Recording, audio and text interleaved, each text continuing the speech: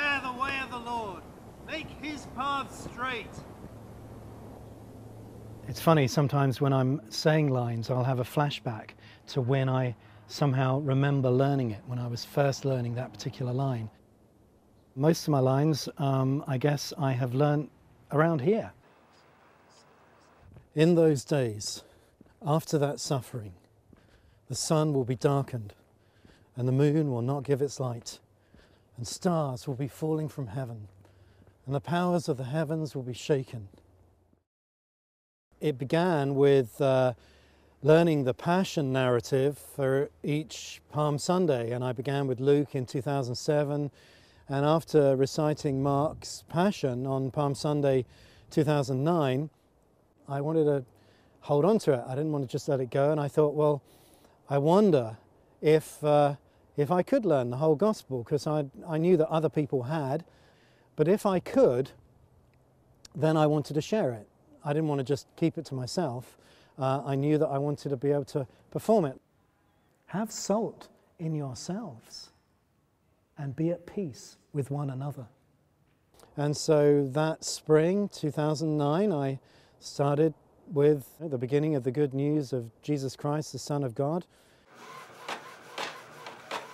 I carried a copy of the page of the gospel that I was learning. It meant that as I walked along, I could add another verse. You know, once I'd learnt a paragraph, I could put the next sentence in there. And it was great. It was a great feeling to sort of see the gap diminishing between where I was and the beginning of chapter 14, which I already knew. And I knew right from the first that if I did do it, it was going to be called Testament of a Naked Man, because it just had to be, because of that somewhat enigmatic and mischievous verse in chapter 14, where he says a certain young man was following him wearing nothing but a linen cloth, and they caught hold of him, and he left the linen cloth and ran off naked. And it's an arresting title. It's a somewhat mischievous title. It gives some people some problems. Some of the priests of churches where I've performed it have had people phoning them up asking if there is any nudity involved. I'm not sure whether they're concerned or whether they're hopeful, but you know. I've led a retreat on Mark's Gospel and John's Gospel, and so during that retreat, for the various sessions, I recited bits from either one as appropriate. There was in their synagogue a man with an unclean spirit, and he cried out, "What have you to do with us, Jesus of Nazareth? Have you come to destroy us? I know who you are, the Holy One of God." That worked really well, and I'd quite like to do that more, is to, you know, begin to take the gospel and use it in different settings in that way, and use the storytelling nature of it. As of today, I've now done 28 public performances. Be silent and come out of him. And the unclean spirit, convulsing him and crying with a loud voice, came out of him. And they were all amazed. And people from the whole Judean countryside and all the people of Jerusalem were going out to him and were being baptized by him in the river Jordan, confessing their sins.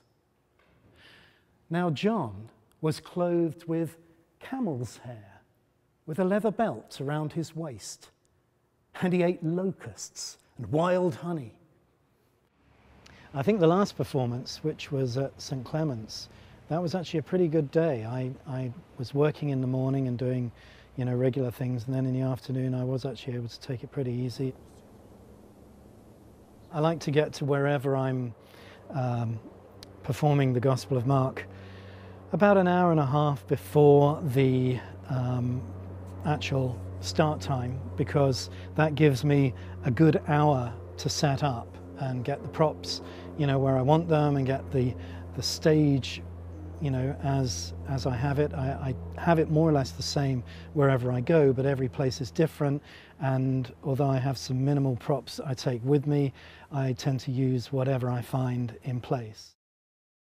In Sapperton, I did an outside performance, and we had a portable speaker, and we had some chairs set up, and I performed it in the town square. One of the most memorable things was I started getting heckled.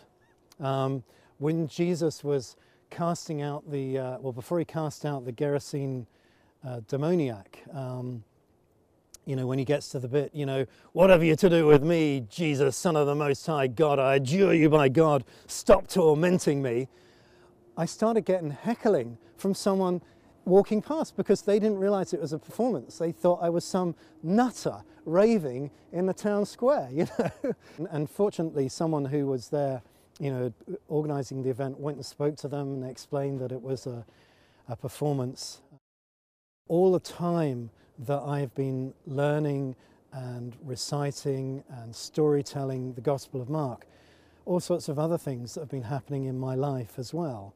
And they have had their effect on me, but their effect has somehow been combined with this becoming familiar with the Gospel of Mark. And so the story, the stripped down story of the Gospel of Mark, in so many ways echoes and reflects me, my story. And I remember some years ago I saw the movie Jesus of Montreal. One of the things about that movie, which is about a group of actors performing a passion play, was the way that the story of the passion becomes entwined with their lives. And I feel that's how it is with me and the Gospel of Mark, that, you know, there are characters in Mark's Gospel who appear in my daily life, and things that happen that somehow seem to be reflected in that Gospel.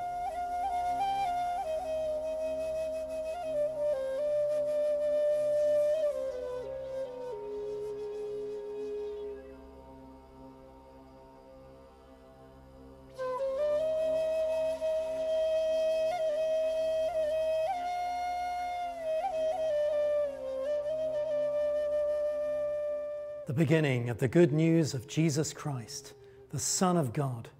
As it is written in the prophet Isaiah, "See, I am sending my messenger ahead of you, who will prepare your way. The voice of one crying out in the wilderness, prepare the way of the Lord, make his path straight."